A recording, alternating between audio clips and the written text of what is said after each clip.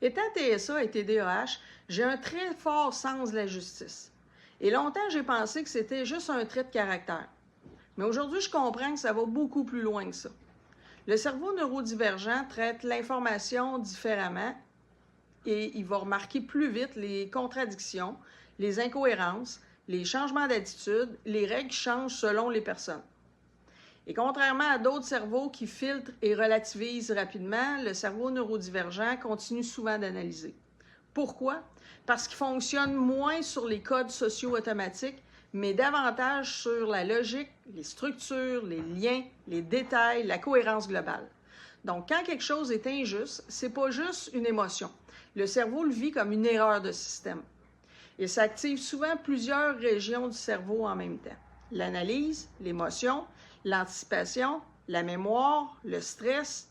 Chez plusieurs neurodivergents, les émotions sont aussi moins bien filtrées neurologiquement.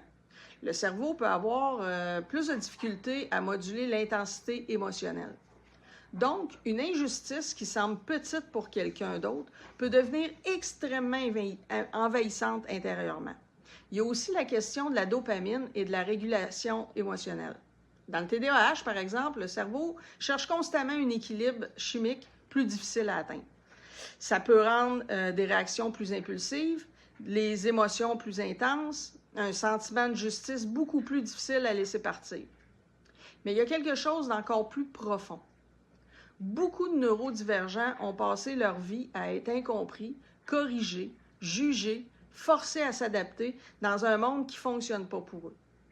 Donc, avec le temps, le cerveau devient extrêmement sensible aux dynamiques d'injustice, de rejet, d'abus de pouvoir. Parce qu'ils ont souvent vécu ça eux autres mêmes.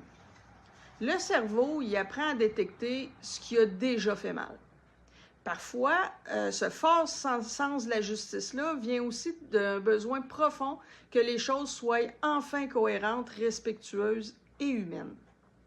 C'est donc pas seulement un trait de personnalité, c'est souvent un mélange complexe de neurologie, de chimie cérébrale, d'hypersensibilité, d'expérience de vie et d'un cerveau qui analyse le monde beaucoup plus profondément que la moyenne. Ça explique beaucoup pourquoi certaines personnes neurodivergentes sont pas capables de simplement fermer les yeux sur certaines choses, même quand tout le monde autour semble le faire naturellement.